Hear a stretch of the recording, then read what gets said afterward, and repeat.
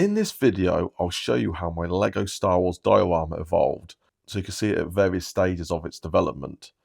My diorama was actually the inspiration for me making these videos.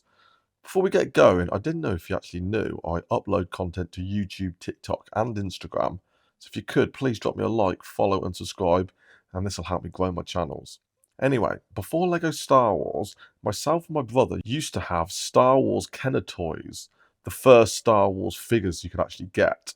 But after obtaining 95 out of the 96 vintage figures you could get, not actually getting an original blue snaggletooth, as it goes for between £500 and £1,000. Hence why I got this awesome custom by Stan Stolo instead, which are actually sought after now themselves. I moved to Lego Star Wars as I really loved the minifigs.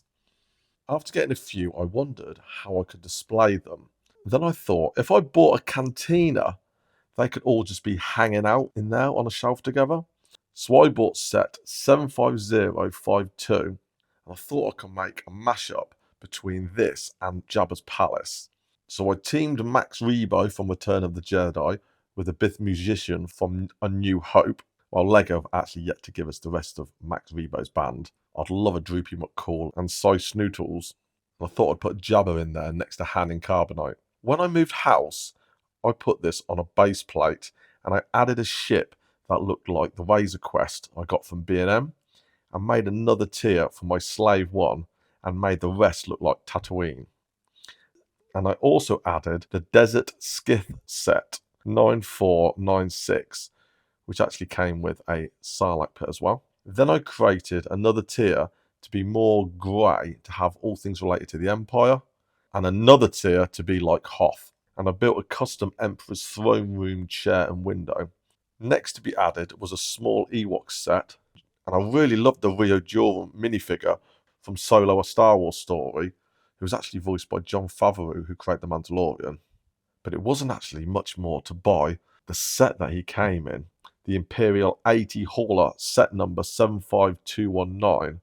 So I took the plunge, bought it, and parked it on top of the cantina, as there was a space for it there. I also decided to develop an Ewok area and made a mini-scale Ewok village out of parts of the Rey the Castaway building kit, which I think actually came with a gift with purchase.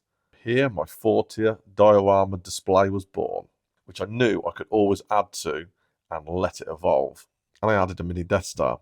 As I got more minifigures and other bits, my display just kept growing and I've kept adapting it.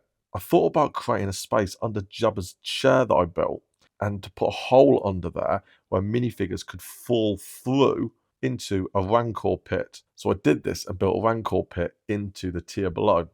I looked into getting lights, but these were a little too hot, so I ended up getting some LED ones. Then I also created an overflow set to depict the scene from Attack of the Clones. I've decided to put most of the Jedi minifigures with their lightsabers, as with having so many in the cantina, it looked like they were just having a glow stick party. Anyway, this is how it's currently looking, and if you want to see how this evolves further, don't forget to subscribe, and please drop me a like and follow, and I'll see you all soon.